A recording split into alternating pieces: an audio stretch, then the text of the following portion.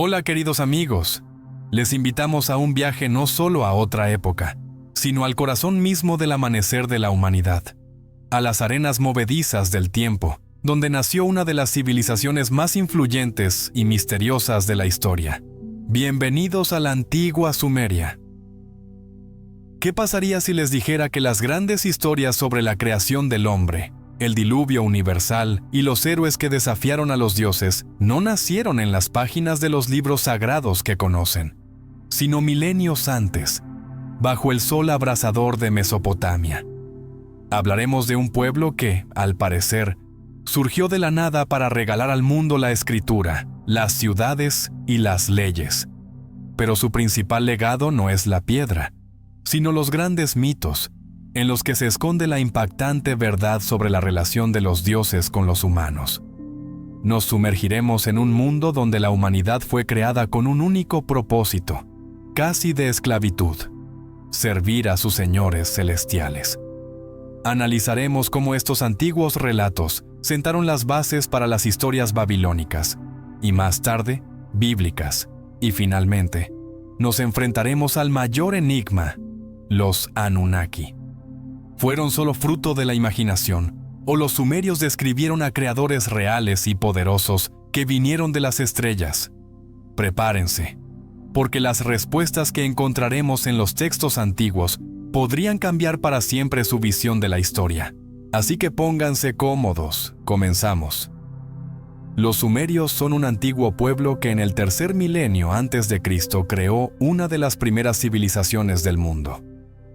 Vivieron en la parte sur de Mesopotamia, en el territorio del actual Irak, entre los ríos Tigris y Éufrates. Estas tierras se conocen como el creciente fértil. Aquí había suelos ricos que permitían a los sumerios cultivar grano y mantener grandes asentamientos. Los primeros asentamientos en esta región aparecieron ya en el quinto milenio antes de Cristo, pero fueron los sumerios quienes los convirtieron en verdaderas ciudades-estado. Ur, Uruk, Lagash. Eran estados independientes, cada uno con su propio gobernante, ejército, leyes y dios patrón. En el centro de cada ciudad se alzaba un sigurat, un enorme templo escalonado donde los sacerdotes realizaban rituales y sacrificios a los dioses. Los sumerios no dejaron testimonios escritos de su origen, y hasta hoy se desconoce de dónde vinieron. Su lengua no se parece a ninguna otra lengua antigua, lo que los hace aún más misteriosos. Posiblemente eran habitantes locales de Mesopotamia, o quizás vinieron de otras regiones. Los sumerios no solo fueron constructores de ciudades, sino también inventores. Crearon la primera escritura del mundo, la cuneiforme. Sus textos se escribían con palitos afilados en tablillas de arcilla blanda, que luego se secaban al sol o se cocían. Gracias a estas tablillas, sabemos cómo vivían los sumerios, qué leyes tenían, qué relatos. Fueron los sumerios quienes idearon el sistema sexagesimal para medir el tiempo, que usamos hasta el día de hoy. Crearon el primer sistema financiero, llevaban registros de impuestos, inventaron los carros con ruedas y los primeros mecanismos primitivos para el riego de los campos. Pero su principal legado es la mitología. Sus dioses eran los verdaderos gobernantes del universo, que regían los destinos de los hombres. Creían que los dioses crearon el mundo y luego se lo dieron a los humanos, no por buenas intenciones, sino para que ellos realizaran el trabajo pesado en lugar de los dioses.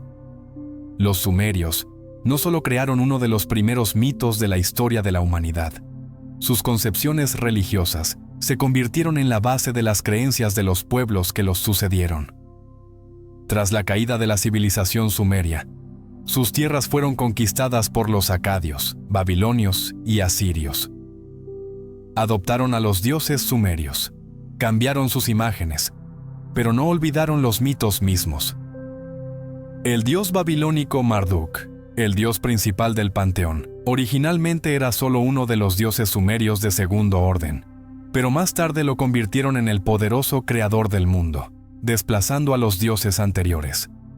Este proceso se ve claramente en el Enuma Elish, el mito babilónico de la creación del mundo, que se basa en las concepciones sumerias pero les da una nueva forma.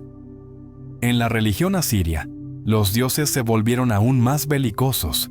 Enlil, el dios sumerio de las tormentas y el destino, pasó a un segundo plano entre los babilonios, pero entre los asirios su lugar fue ocupado por el dios Asur, un señor temible e implacable, asociado con las victorias militares y el Estado. Pero lo más sorprendente es la influencia de los mitos sumerios en los textos bíblicos.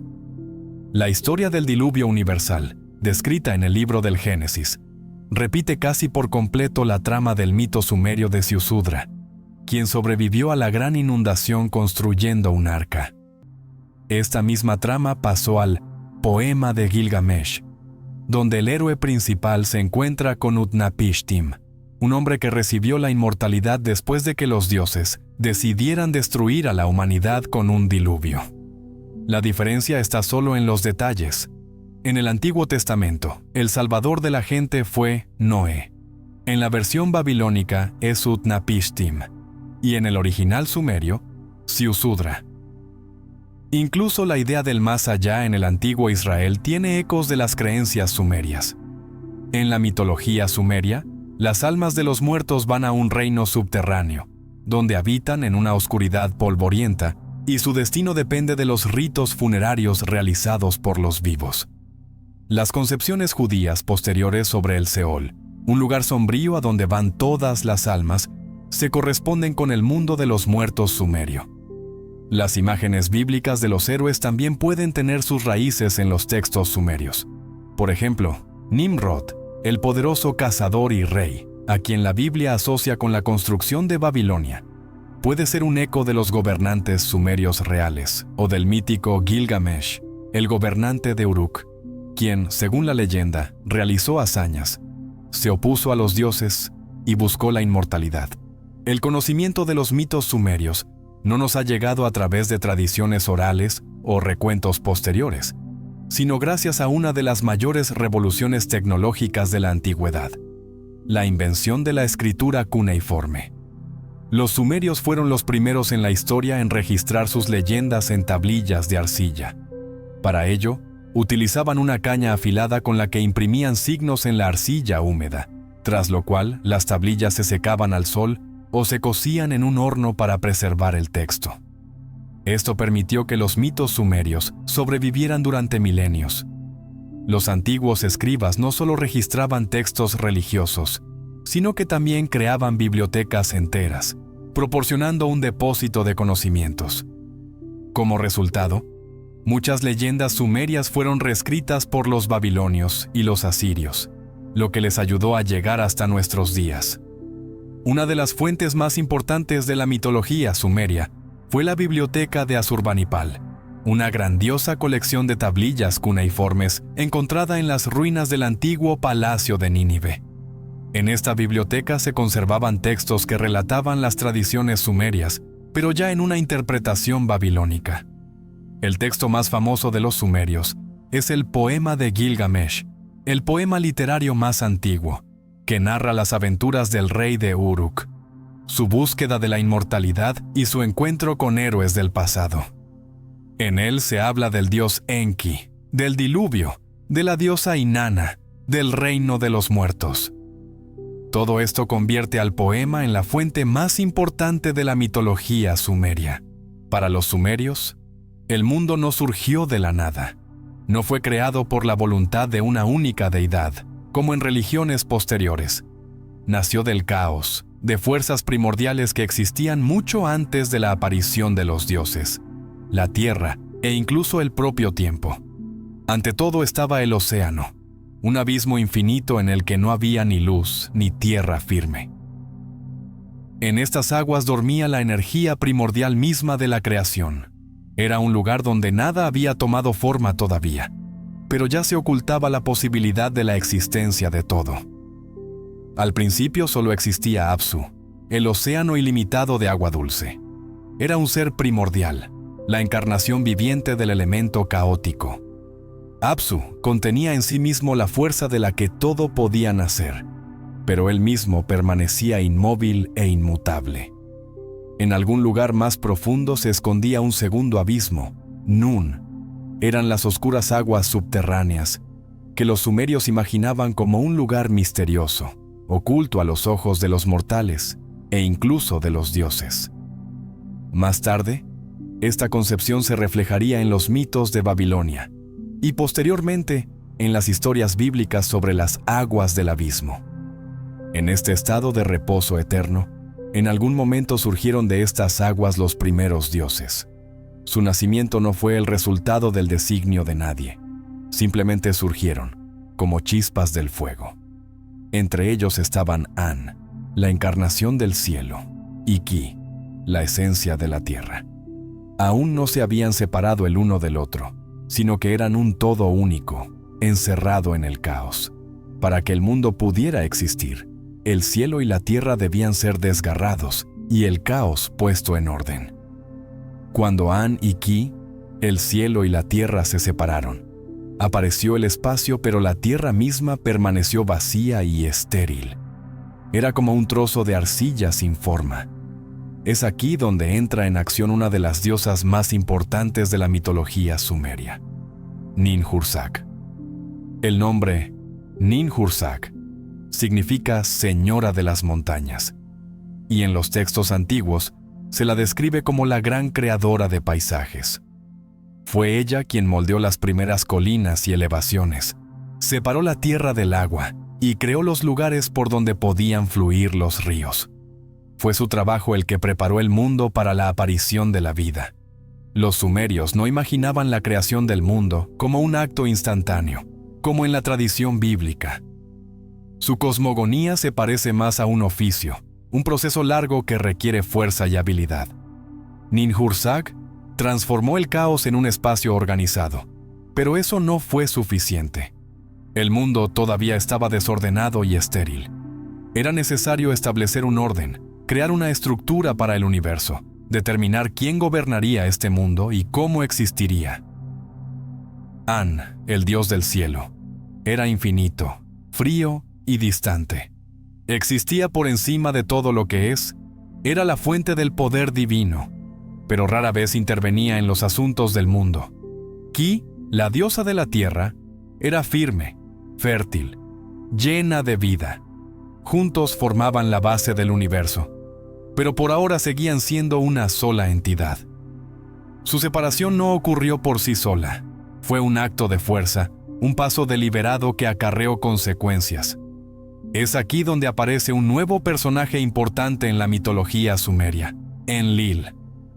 Enlil era hijo de An y Ki, pero, a diferencia de su padre, no era distante.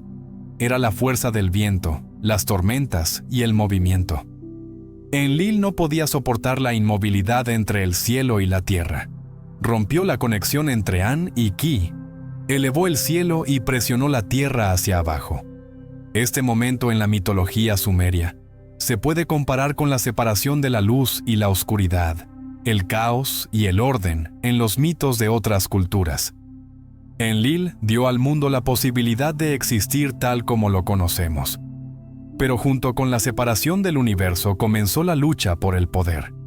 Enlil, asumiendo el papel de creador del orden, se declaró Dios supremo, pero no era el único pretendiente al trono. Paralelamente a él existía Enki, el dios de la sabiduría, el agua y el conocimiento secreto. Enki no era un guerrero, pero poseía astucia, una profunda sabiduría y una comprensión de la esencia del mundo. Enlil establecía las leyes, y Enki sabía cómo eludirlas, cómo cambiar la propia realidad sin fuerza bruta. Estos dos dioses se convirtieron en las principales fuerzas del panteón sumerio. Su lucha determinaba los destinos de los dioses, los hombres y toda la tierra. Enlil exigía orden, Enki buscaba caminos ocultos, Ki daba la vida y An permanecía muy arriba en los cielos, observando lo que sucedía abajo. Después de familiarizarnos con la visión sumeria de la creación del mundo, vamos a conocer con más detalle el panteón sumerio. En la cima del universo se encontraba An. el Dios más grande e incomprensible, Señor del cielo infinito. No intervenía en los asuntos de los mortales, no descendía a la tierra y no participaba en las intrigas de otros dioses. Su poder era absoluto, pero gobernaba desde lejos, desde una estrella lejana que brillaba en lo alto. Él era la fuente del poder divino. De él provenía la autoridad de todos los demás dioses. Sin su aprobación, nadie podía ser considerado un gobernante legítimo. En los textos antiguos, su nombre se usaba como símbolo de la autoridad suprema, pero él mismo rara vez aparecía en los mitos. Era un dios al que no se dirigían los hombres, sino solo los dioses, cuando se decidían los destinos del universo. Su trono se encontraba en la cima más alta del firmamento, en el más alto de los mundos celestiales. Pero aunque era considerado el padre de los dioses, su poder era más bien simbólico. No gobernaba el mundo directamente, sino que delegó este papel a otros. Por eso, las principales fuerzas activas fueron sus hijos, sobre todo Enlil. Enlil no solo gobernaba el mundo, lo protegía. Se aseguraba de que todo sucediera según el orden establecido, que los dioses recibieran sacrificios y que los hombres cumplieran su papel. Pero si alguien violaba este orden, Enlil era despiadado. Uno de los ejemplos más claros de su ira fue el Gran Diluvio, un evento que los sumerios describieron mucho antes de la historia bíblica de Noé.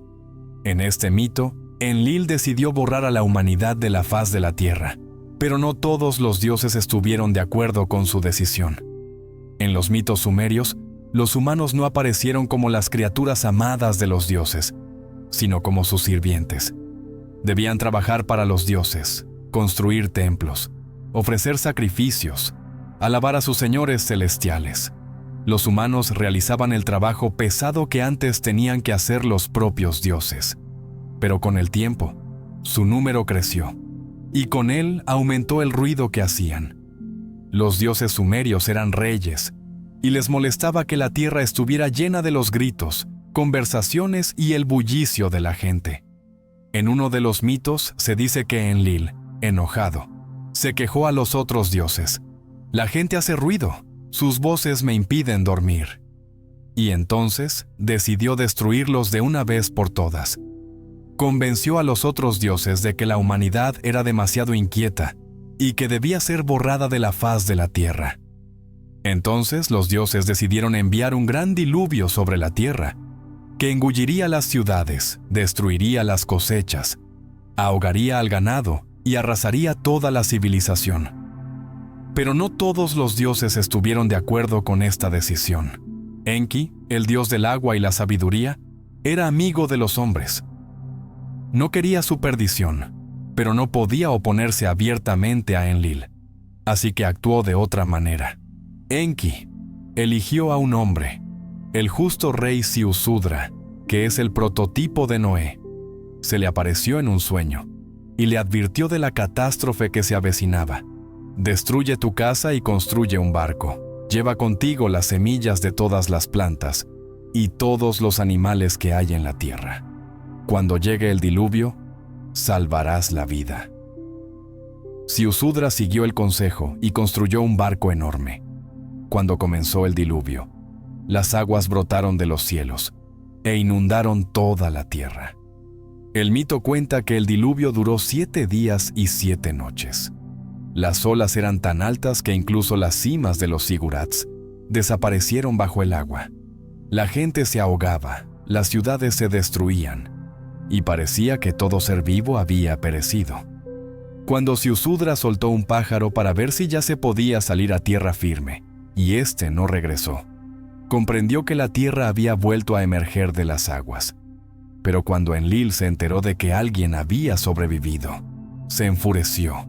Exigió una explicación de quién se había atrevido a desafiar su voluntad, quién había salvado a las personas que él quería destruir. Enki no ocultó la verdad. Le dijo a Enlil que no podía permitir que la humanidad pereciera por completo. Enlil al principio se enojó, pero luego reconoció que el diluvio no había destruido a los hombres, y les dio una nueva oportunidad. Como recompensa por su rectitud, Ziusudra, recibió la inmortalidad. Los dioses lo llevaron a tierras lejanas, donde podría vivir para siempre, lejos de los mortales. Entre todos los dioses sumerios, no hay ninguno más brillante y contradictorio que Inanna. En Akkad se convertiría en Ishtar, pero su carácter y su papel permanecerían inalterados. Ella era la encarnación de la vida misma, el amor, la pasión, la fertilidad, pero también de la guerra, la destrucción y el poder. La veneraban como una diosa que podía hacer grande a un rey, otorgarle la victoria y bendecir la tierra con cosechas, pero también la temían, porque podía quitar todo eso en un instante. Inanna gobernaba no solo los cielos, sino también los corazones humanos. En sus templos la adoraban reyes y guerreros, agricultores y sacerdotes, sacerdotisas del amor y gente común que buscaba su bendición. Su culto era especial, diferente a los demás. No se basaba solo en el miedo a la diosa o en las súplicas de misericordia. La adoración a Inanna era vida, emociones, corporalidad. En sus templos sonaba la música, la gente cantaba y bailaba, realizando rituales sagrados que debían transmitir a la diosa su devoción. Los ritos en su honor no se limitaban a los sacrificios, como en el caso de otros dioses. Le dedicaban espectáculos enteros, misterios, en los que representaban sus mitos, su amor y su pasión. Uno de los rituales más importantes era el rito del matrimonio sagrado. Cada año, durante la fiesta de la primavera, el rey de Sumeria entraba en una unión simbólica con Inanna. Debía convertirse en su amado, su elegido. En el templo se celebraba una ceremonia solemne, durante la cual la suma sacerdotisa, que representaba a la propia diosa, se unía al rey en un acto sagrado, divino y terrenal. Este rito se consideraba necesario para la prosperidad del país. Si la diosa aceptaba al rey, la tierra se volvía fértil, la cosecha era abundante y el reino podía prosperar. Pero si él no la complacía, podría significar sequía, hambre, enfermedades y guerras. La adoración a Inanna también incluía el culto a las sacerdotisas que servían en sus templos. Estas mujeres no solo rezaban y realizaban ritos, sino que también encarnaban a la propia diosa. Se las consideraba sus encarnaciones terrenales, sus mensajeras. Sus caricias, sus palabras, sus danzas, todo ello se consideraba sagrado, lleno del poder de Inanna. El nombre de Inanna se escribía en tablillas de arcilla junto con oraciones y peticiones. La representaban como una mujer con garras de león y alas, con una corona en la cabeza, con un arco y flechas, lista tanto para proteger como para atacar. Pero a pesar de todo su poder, Inanna no era inmune al destino. A ella, como a cualquier otro ser, le tocó enfrentarse un día a lo que está más allá de la vida, el mundo de la muerte. El mito del descenso de Inanna al inframundo es una de las historias más misteriosas y dramáticas del mundo antiguo. ¿Por qué la diosa, que era la encarnación de la vida, decidió viajar al reino de los muertos? Algunas versiones dicen que quería reclamar el poder incluso allí donde reinaba su hermana Ereshkigal. Otras afirman que descendió para llorar la muerte de su esposo Dumuzi. Cualquiera que fuera la razón, su viaje se convirtió en una prueba que cambió el curso mismo del universo. Antes de partir hacia el inframundo, Inanna se preparó. Sabía que era un viaje peligroso y ordenó a su fiel sirviente Ninshubur que la esperara durante 3 días y 3 noches. Si no regresaba, él debía pedir ayuda a los grandes dioses. Inanna se vistió con sus mejores ropas, se puso la corona, brazaletes de oro, su cinturón, todo lo que simbolizaba su poder y su fuerza.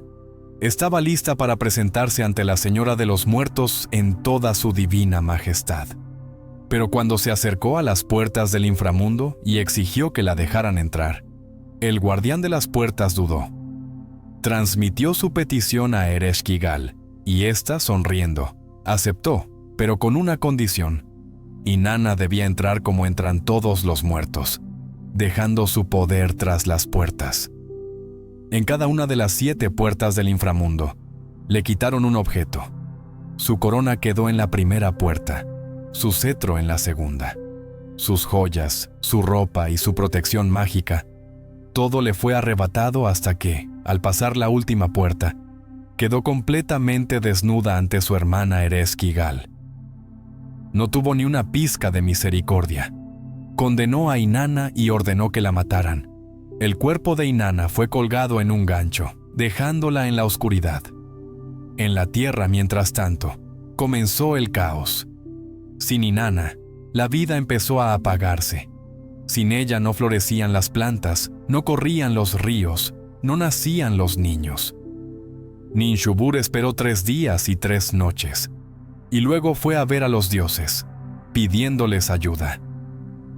Enlil se negó a intervenir. An no quiso ir en contra de la voluntad de la muerte. Solo Enki, el sabio dios del agua, encontró la manera de salvarla. Creó 2 espíritus que no pertenecían ni al mundo de los vivos ni al de los muertos. Llegaron al palacio de Ereshkigal, pero no exigieron la liberación de Inanna. Simplemente escucharon. Ereshkigal gemía de dolor, quejándose de sus sufrimientos, y entonces los espíritus le dijeron: «Sabemos lo que es sufrir». Por primera vez en la historia, la diosa de la muerte escuchó compasión. Se sorprendió tanto que, en agradecimiento, les ofreció cualquier regalo. Pidieron liberar a Inanna, pero nadie puede abandonar el mundo de los muertos así como así. En su lugar, Inanna debía dejar a alguien más. Ella aceptó. Cuando regresó a la tierra, su mirada se posó en Dumuzi, el dios de la floración y su amado. Él, al parecer, no estaba de luto, no rezaba por su regreso, no realizaba rituales en su honor. Enfurecida, Inanna lo señaló, y los sirvientes del inframundo lo arrastraron a la oscuridad. Más tarde, la hermana de Dumuzi, la diosa Gest-Inanna, se ofreció a compartir su destino.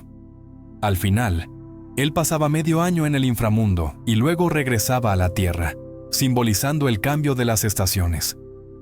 Este mito es uno de los relatos más antiguos sobre la muerte y el renacimiento, sobre cómo es imposible escapar de la oscuridad.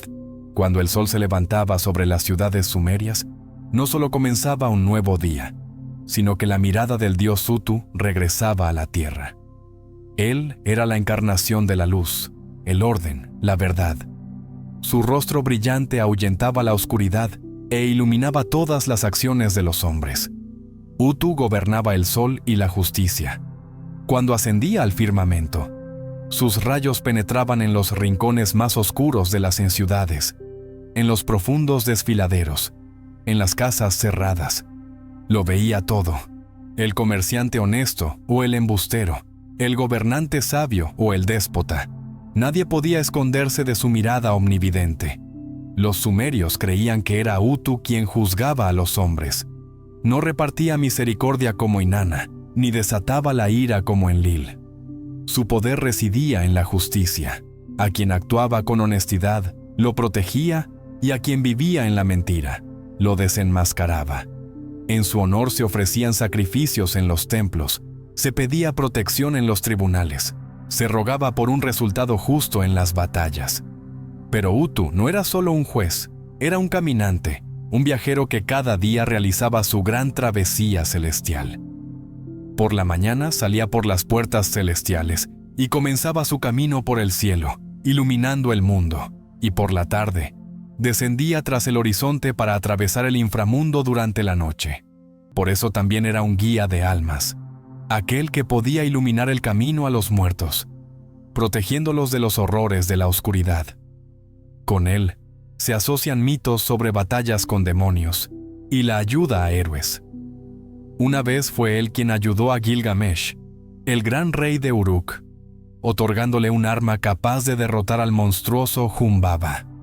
Su luz siempre fue un símbolo de protección, fuerza y el orden inmutable establecido por los dioses. Pero si Utu era la luz del día, por la noche el mundo pertenecía a otro dios, Nana. Si el sol para los sumerios era la encarnación de la ley, la luna personificaba los misterios. Nana, a quien más tarde llamarían Sin, era el dios de la luna, la sabiduría, la magia y las predicciones. Su luz no revelaba verdades como los rayos solares de Utu, sino que, por el contrario, las ocultaba, dejando espacio para enigmas y secretos. Los sumerios veían cómo cada noche la luna cambiaba de aspecto, de una fina hoz a un disco completo, y de nuevo a la desaparición. Por eso, Nana era considerado el dios de los cambios, del ciclo del tiempo, de los ritmos de la vida y del propio destino. La gente se dirigía a él durante las adivinaciones y los rituales, creyendo que era él quien revelaba el futuro a quienes sabían leer las señales. Nana era un dios sabio y tranquilo.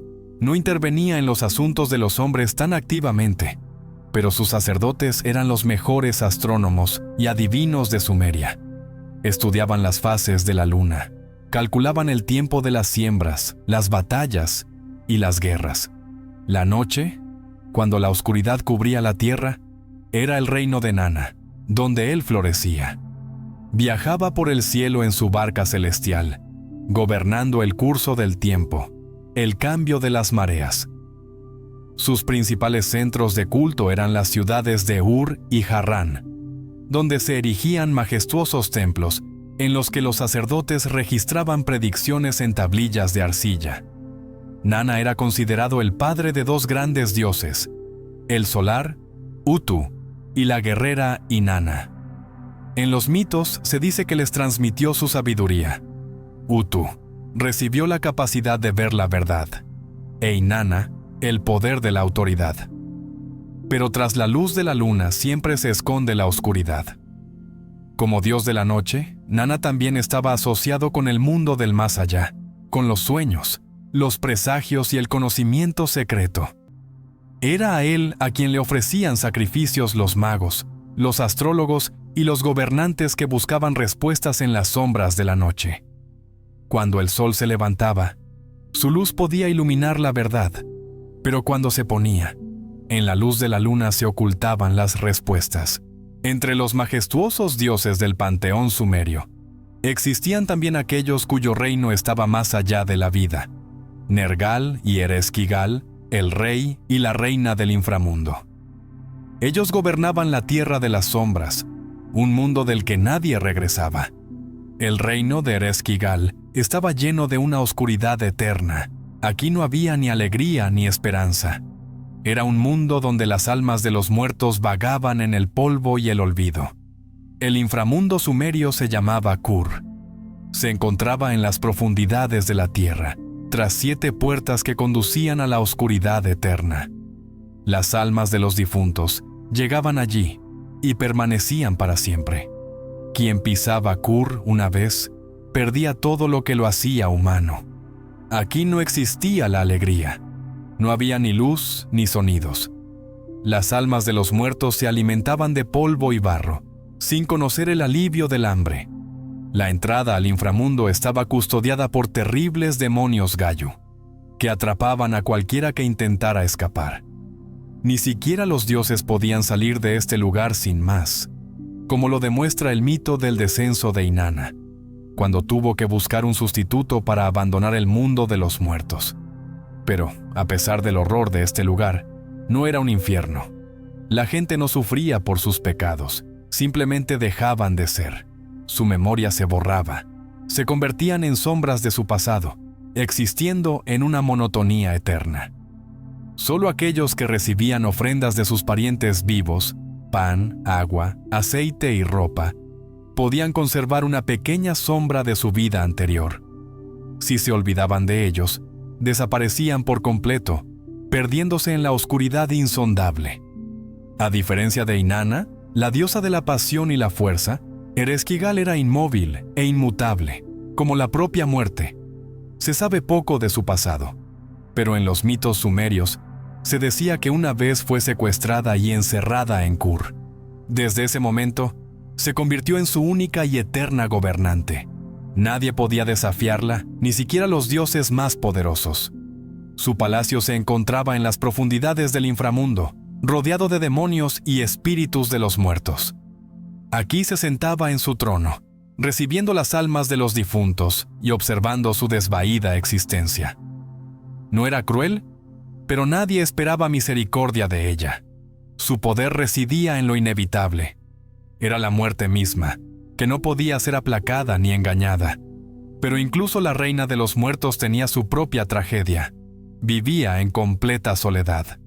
A diferencia de Inanna, rodeada de amantes, guerreros y sacerdotes, Ereshkigal gobernaba en el vacío. Quizás por eso, cuando Nergal llegó a su mundo, todo cambió. Nergal no siempre fue el señor de la muerte. Era el dios de la guerra, la destrucción y la plaga, que existía en la frontera entre el mundo de los vivos y el de los muertos. Traía la muerte, pero él mismo no pertenecía al reino de Ereshkigal, hasta que ocurrió una de las historias más extrañas de la mitología sumeria. Una vez, en los cielos, se celebró un gran banquete de los dioses. Todas las deidades acudieron para rendir homenaje a An, el señor de los cielos, todas excepto Ereshkigal. No podía abandonar su sombrío trono. Entonces, enviaron al demonio Namtar, su mensajero, para que la representara en la fiesta. Pero cuando Namtar entró en la sala, todos los dioses se pusieron de pie para saludar al mensajero de la reina de los muertos. Todos excepto Nergal. Se negó a inclinarse ante quien venía del mundo de los muertos. Ofendida, Ereshkigal exigió que descendiera a Kur y se presentara ante ella.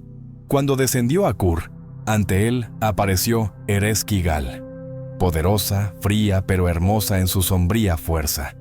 Ella lo recibió, pero no como prisionero. Entre ellos surgió una extraña y primitiva conexión. En algunas versiones del mito se dice que Ereshkigal se enamoró de él, en otras, que lucharon por el poder. Le ofreció quedarse en Kur, pero Nergal era el dios de la guerra y no iba a convertirse en prisionero de los muertos. Esperó el momento, atacó a Ereshkigal y escapó de vuelta al mundo de los vivos, dejándola furiosa y sola. Tras su huida, Nergal regresó a los cielos, pero su victoria fue efímera. Ereshkigal no podía abandonar Kur, pero su ira llegó hasta los dioses. Declaró que si Nergal no regresaba a ella, destruiría todo el mundo de los vivos.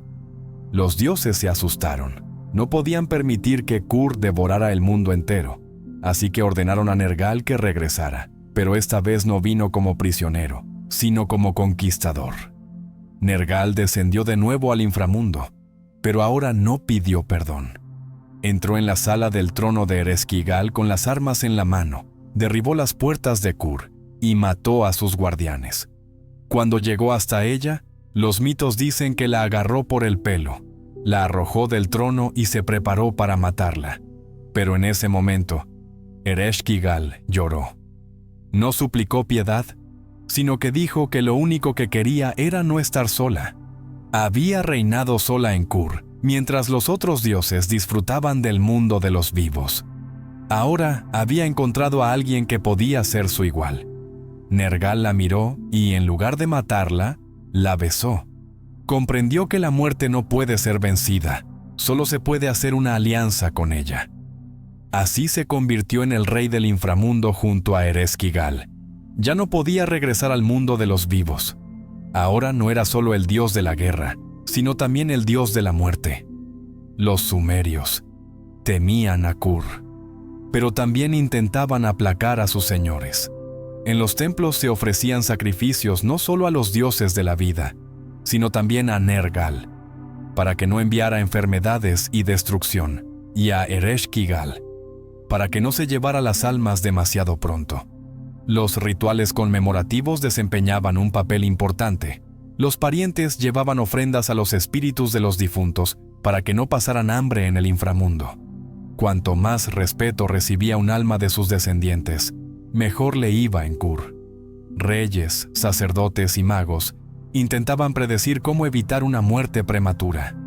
Muchos sumerios incluso dejaban hechizos en sus tumbas para protegerse después de la muerte y no caer en el olvido eterno. Pero por mucho que lo intentaran, ningún hombre podía evitar Kur. Todos los caminos llevaban allí.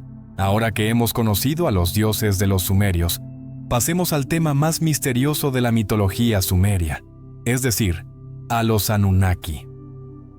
En los textos sumerios, Los Anunnaki aparecen como seres enigmáticos, vinculados al cielo, la tierra y el inframundo. Nunca actúan solos. Es imposible imaginarlos como individuos separados, porque siempre se mencionan juntos, como un colectivo que toma decisiones importantes. En los textos más antiguos se dice que son descendientes de An, el dios del cielo. Esto subraya su alto estatus, pero al mismo tiempo no se convierten en los dioses principales. No se les puede comparar con Enlil o con Enki, el sabio dios del agua. Los Anunnaki se asemejan más a un consejo de dioses que decide cómo debe estar organizado el mundo. Se reúnen, discuten, aprueban decisiones, pero no participan en los mitos tan activamente como otras deidades. En Sumeria, cada gran ciudad tenía su patrón. En Nippur gobernaba Enlil, en Ur, Nana, en Uruk y Nana. Pero detrás de estos poderosos dioses se esconden los Anunnaki. Están presentes de forma invisible en los textos religiosos, determinando qué ciudades prosperarán y cuáles caerán. Es su voluntad la que da poder a los reyes. Se creía que el rey sumerio gobernaba con la bendición de los Anunnaki, y si estos le daban la espalda, el estado caería en ruinas. La intervención más famosa de los Anunnaki en los destinos de los hombres está relacionada con el Gran Diluvio. Según una de las versiones de los mitos sumerios, se reunieron en un consejo celestial y decretaron que los humanos debían desaparecer. Enlil aprobó esta decisión, y Enki la violó, advirtiendo al justo rey Ziusudra. Pero a pesar de su poder, con el tiempo su estatus cambió. Si en los textos tempranos están asociados con el Consejo Celestial, en los mitos más tardíos se encuentran en el inframundo. Ahora los Anunnaki no son jueces celestiales, sino espíritus que deciden los destinos de los muertos. Ya no gobiernan ciudades, no influyen en los reyes, sino que distribuyen el destino en el reino de Ereshkigal. ¿Qué clase de seres eran estos? Nunca descendieron a los hombres, no entablaron diálogos abiertos con los reyes, no enseñaron oficios, como lo hizo Enki. Decidían, pero actuaban a través de otros dioses. No eran personalidades individuales, no tienen mitos en los que muestren carácter o realicen hazañas.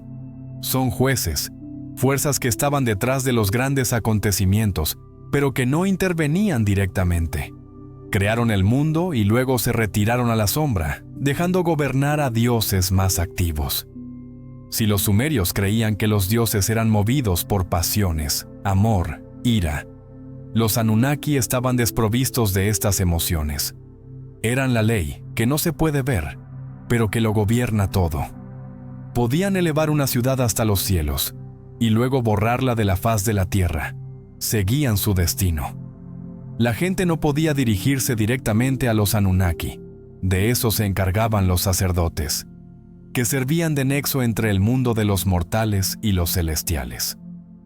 En las grandes ciudades sumerias existían complejos de templos donde los sacerdotes intentaban comprender la voluntad de los dioses, leyendo las señales en las estrellas, en el vuelo de los pájaros, en el hígado de los animales.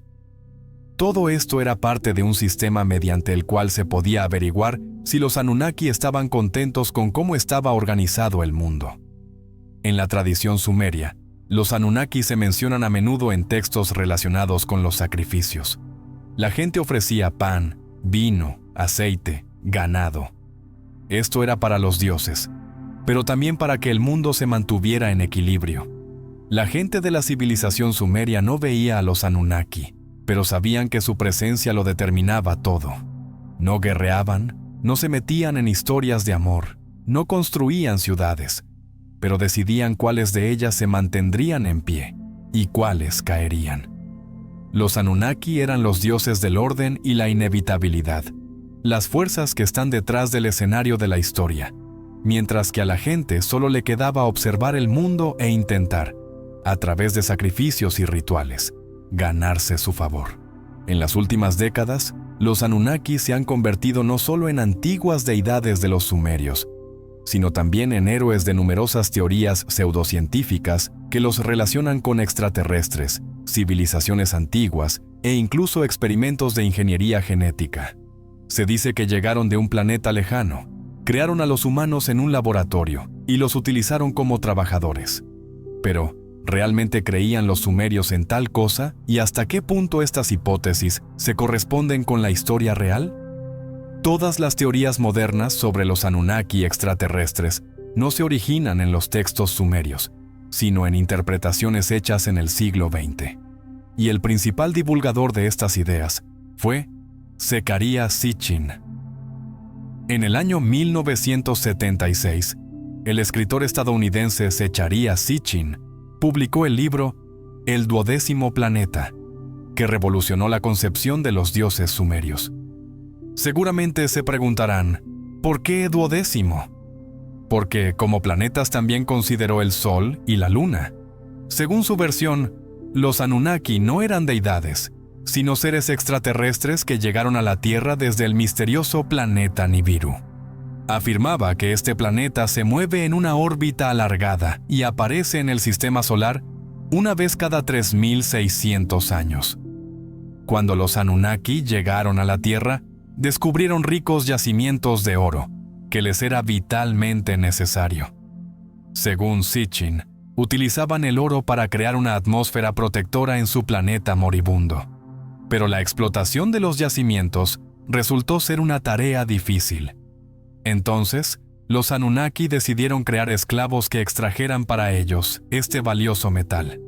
Según la versión de Sitchin, intervinieron en el ADN de los primates, añadieron sus propios genes y así crearon a los primeros humanos para utilizarlos como mano de obra en las minas de oro. Suena como el argumento de una película de extraterrestres, ¿verdad? Pero el problema es que en ningún texto sumerio hay afirmaciones semejantes. Todo lo que Sitchin escribió se basa en su interpretación personal de las tablillas cuneiformes, y esta interpretación no está confirmada por ningún científico profesional. En realidad, los sumerios nunca describieron a los Anunnaki como extraterrestres, ni mencionaron la creación de humanos para la extracción de oro. Todo esto es una fantasía sin pruebas científicas. Uno de los principales puntos de controversia es Nibiru. Según Sitchin, era un planeta desconocido que aparece en el borde del sistema solar y a veces lo cruza. Sin embargo, los arqueólogos y astrofísicos dicen: en ningún texto sumerio se menciona a Nibiru como un planeta físico. En la astronomía sumeria, esta palabra se usaba, pero designaba una estrella brillante. También los babilonios usaban este nombre para Júpiter. Las observaciones astronómicas modernas no han descubierto ningún Nibiru. Además, un planeta con tal órbita no podría existir de manera estable en el sistema solar, ya que su gravedad destruiría las órbitas de otros planetas. Al final, toda la teoría sobre Nibiru no se basa en datos reales, sino en conjeturas gratuitas que no están respaldadas por la ciencia. Los Anunnaki, como seres divinos, no eran científicos ni ingenieros. No construían naves espaciales, no utilizaban mecanismos complejos. Su poder no residía en la tecnología, sino en el control del destino y el equilibrio del mundo. Ningún texto sumerio describe extraterrestres, naves espaciales, laboratorios o la extracción de oro para los Anunnaki. Todo lo que sabemos sobre su papel está relacionado con la decisión sobre los destinos de los reyes, la distribución del poder y el gobierno en el inframundo. Pero si todo esto es una invención, ¿por qué estas ideas continúan cautivando la imaginación de la gente? Las teorías sobre antiguos alienígenas son muy atractivas porque ofrecen una explicación sencilla a fenómenos complejos. Muchas personas, al observar las majestuosas construcciones de la antigüedad, como las pirámides egipcias o los zigurats de Sumeria, se preguntan: ¿cómo pudieron los humanos crear esto sin la ayuda de una inteligencia superior? La verdad histórica es que los sumerios construyeron su propia civilización. Su logro es el resultado del ingenio humano, del conocimiento y de milenios de desarrollo, no regalos de estrellas lejanas. La mitología sumeria no dejaba a la gente dudas sobre la estructura del mundo. En su concepción, todo estaba subordinado a la voluntad divina, y el objetivo principal del hombre era servir a los dioses. mantener el orden y la armonía en el universo. A diferencia de las religiones posteriores, donde el hombre podía esperar una recompensa después de la muerte, en la cosmovisión sumeria todo giraba en torno a la vida terrenal. Para que los dioses no les dieran la espalda, la gente debía cuidarlos continuamente, construir templos, realizar rituales, ofrecer dones y sacrificios. Pero, ¿cómo imaginaban los sumerios su origen y por qué, en su opinión, los dioses los crearon? Según el mito sumerio, los humanos no surgieron por la buena voluntad de los dioses, sino por necesidad. Al principio de los tiempos, los dioses menores trabajaban ellos mismos, obteniendo alimentos, cavando canales de irrigación y realizando trabajos pesados. Pero con el tiempo se cansaron y se rebelaron contra los dioses mayores. En el consejo de los dioses decidieron encontrar una solución: crear seres que asumieran las tareas difíciles. Entonces Ninmah, la diosa del nacimiento y la creación, tomó arcilla, la mezcló con sangre divina y modeló a los primeros humanos. Pero los primeros intentos no tuvieron éxito. En algunos mitos, Ninhursag experimenta con diferentes formas, creando seres débiles, enfermos o deformes, hasta que encuentra la forma perfecta del hombre, capaz de trabajar. Así, los humanos desde el principio no existían por sí mismos, sino para los dioses. No se les concedió la inmortalidad, no se les dieron grandes propósitos. Su destino era simple: construir, arar, erigir templos, ofrecer dones y asegurarse de que el orden de los dioses se mantuviera. En la cosmovisión sumeria, los humanos no poseían una chispa divina, no eran los elegidos. Su papel puede compararse con el de los trabajadores en una enorme plantación propiedad de los dioses. El mundo requería cuidados, y los propios dioses no querían gastar sus fuerzas en mantener el orden. Disfrutaban de la eternidad, de los banquetes, del gobierno, pero no pensaban cavar la tierra, cultivar trigo o recoger la cosecha. Eso era asunto de los mortales. En algunos textos se dice explícitamente que los dioses se liberaron del trabajo gracias a los humanos. Esto significaba que cualquier catástrofe terrenal, sequía, guerra, epidemia, se percibía como la ira de los dioses, descontentos con cómo se cumplían sus órdenes. Para mantener el orden, los sumerios tenían un complejo sistema de rituales. Cada día, los sacerdotes subían a las cimas de los zigurats para realizar rituales, encender incensarios, ofrecer comida a los dioses. Pero las oraciones solas no bastaban. Creían que los dioses, aunque inmortales, también necesitaban cuidados. Requerían comida, bebidas y dones. En los altares se ofrecía pan, vino, aceite. Se creía que los dioses se alimentaban del olor de la comida. El ganado se sacrificaba de tal manera que la sangre fluyera sobre una piedra de sacrificio especial, y luego la carne se utilizaba en el templo. Aunque en Sumeria no había sacrificios humanos masivos, los arqueólogos han encontrado rastros de asesinatos rituales en los entierros de la nobleza. En algunas tumbas, especialmente en la ciudad de Ur, se encontraron los cuerpos de sirvientes y guerreros que, posiblemente, morían voluntariamente o eran sacrificados para acompañar al gobernante al más allá. A veces, se dedicaba a los dioses oro, telas preciosas, armas, dejándolos en los santuarios. La gente creía que el poder divino penetraba en estas cosas, haciéndolas sagradas. Una parte importante era también la construcción de templos para los dioses, su decoración. Todo esto también se consideraba un sacrificio. En este mundo, nadie estaba por su cuenta. Cualquier persona, desde el rey hasta el agricultor, trabajaba no solo para sí misma, sino también por el gran orden divino. Los principales templos de Sumeria eran enormes zigurats, gigantescas torres escalonadas donde los sacerdotes realizaban ritos y la gente podía llevar ofrendas. La vida de cada sumerio estaba ligada a estos rituales. Todos entendían que su destino dependía de la benevolencia de los dioses. Cada templo, cada zigurat, cada sacrificio les recordaba: los humanos fueron creados para servir, y de ellos dependía que el mundo estuviera en armonía. Cada pueblo deja tras de sí leyendas, pero los sumerios no solo crearon relatos, dejaron las primeras epopeyas de la historia de la humanidad, que hablaban tanto de los dioses como del hombre mismo. Estos mitos explicaban el origen del mundo, los destinos de los dioses, el sentido de la vida y la muerte. Entre todas las historias creadas en Mesopotamia, destaca el Poema de Gilgamesh, la obra literaria más antigua, que podría llamarse la primera novela sobre la búsqueda de la inmortalidad. No es solo una leyenda de hazañas, sino una historia sobre lo que significa ser humano. Esta leyenda nació hace aproximadamente 4000 años. Pasó de las tradiciones orales a las tablillas cuneiformes y continúa inspirando a la gente incluso en nuestros días. En Sumeria, los reyes se consideraban puestos por los dioses, pero Gilgamesh era especial. Nació de un padre mortal, pero su madre era la diosa Ninsun. Por eso, 2/3 de su ser pertenecían a los dioses y 1/3 a los humanos. Esto lo hacía más fuerte, más sabio y más poderoso que cualquier hombre, pero no le daba lo principal, la vida eterna. Gilgamesh gobernaba la gran ciudad de Uruk. Erigió sus murallas, que se consideraban infranqueables, pero su carácter era severo. Tomaba para sí todo lo que quería, oprimía al pueblo, y los habitantes rogaron a los dioses por ayuda.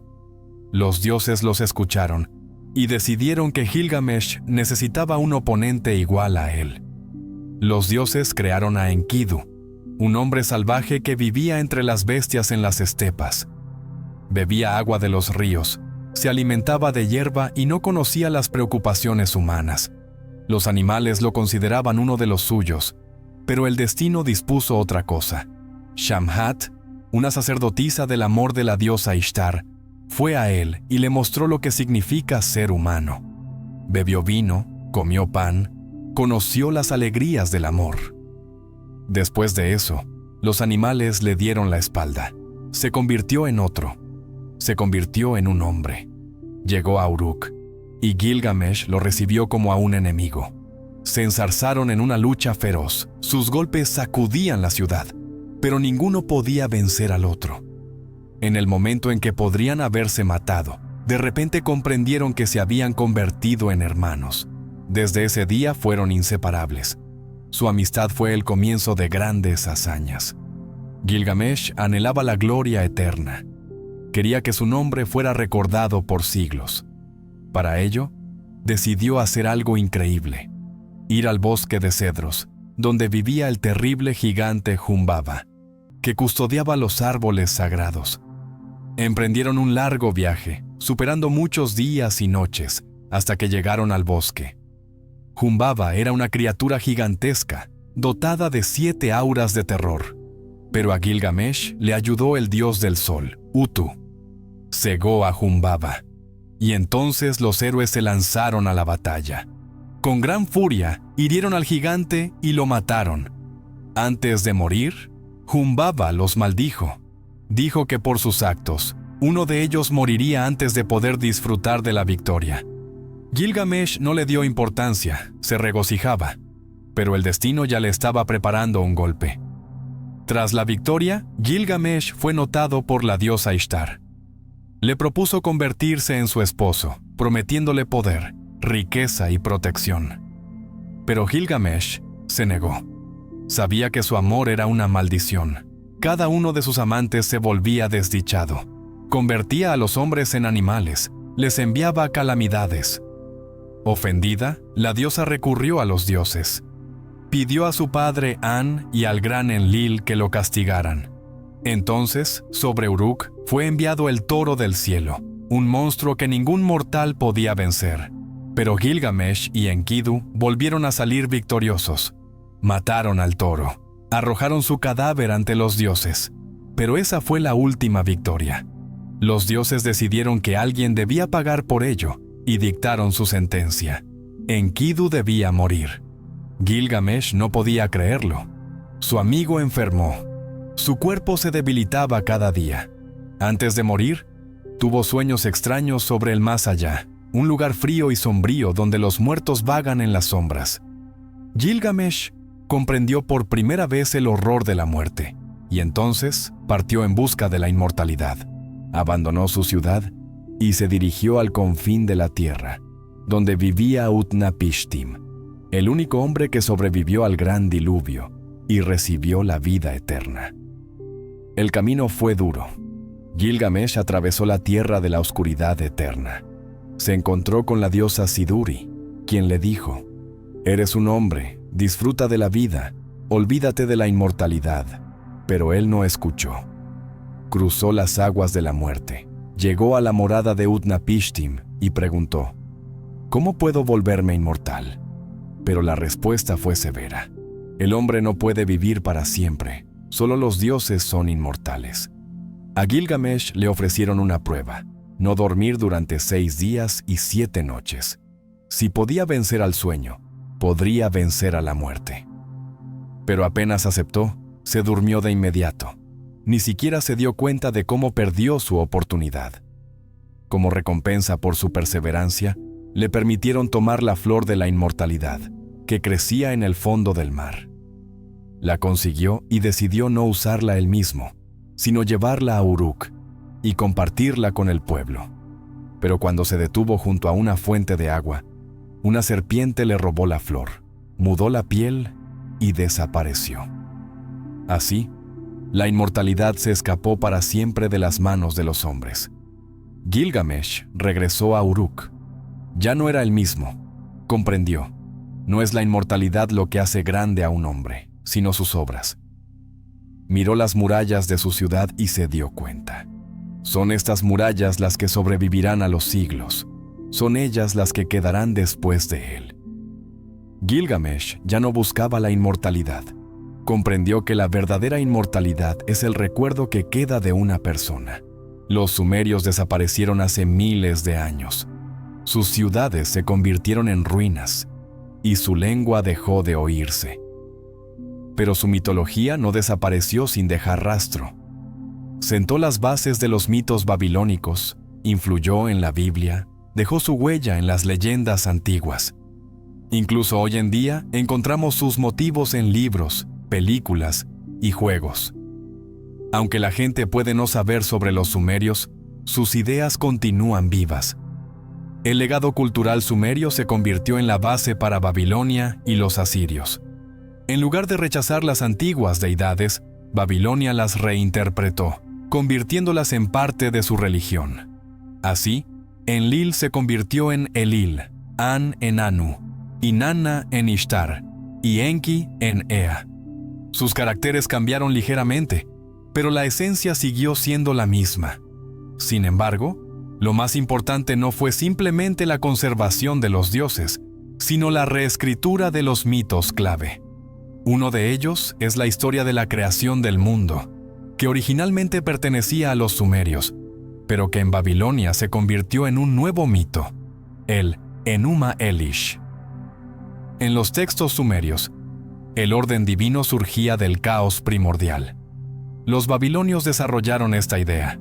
Ahora los dioses luchan contra antiguos monstruos, y el vencedor se convierte en el señor del mundo. El héroe principal es Marduk, que vence a la diosa del caos Tiamat. Descuartiza su cuerpo y con él crea el cielo y la tierra. La idea de la batalla contra el caos para crear el mundo se convirtió en una de las principales en la mitología del cercano Oriente. Se puede encontrar incluso en la descripción bíblica de la creación del mundo, donde Dios separa las aguas y establece el orden. En la mitología sumeria, el primer hombre, Adapa, fue creado por el dios Enki, pero deliberadamente no recibió la inmortalidad. En una de las versiones del mito, Adapa viaja al dios del cielo Anu, y éste le ofrece el alimento y el agua de la vida eterna, pero Enki le advierte que es una trampa. Adapa se niega y pierde su oportunidad. En la Biblia, Adán y Eva también pierden la inmortalidad, solo que por una razón diferente. Desobedecieron a Dios al comer el fruto del árbol del conocimiento. La diferencia está en los detalles, pero la esencia es similar. El hombre podría haberse vuelto eterno, pero perdió la oportunidad. La idea sumeria de la creación del hombre a partir de la arcilla también se repite en la Biblia. Dios creó a Adán del polvo de la tierra, de la misma manera que la diosa sumeria Ninhursag modelaba a los hombres con arcilla mezclada con la sangre de un dios. Los griegos, aparentemente, vivían lejos de Sumeria, pero a través de Babilonia y Fenicia, su mitología también absorbió antiguas imágenes sumerias. Prometeo, que dio el fuego a los hombres y se rebeló contra los dioses, se parece a Enki, que ayuda a los hombres en contra de la voluntad del Consejo Celestial.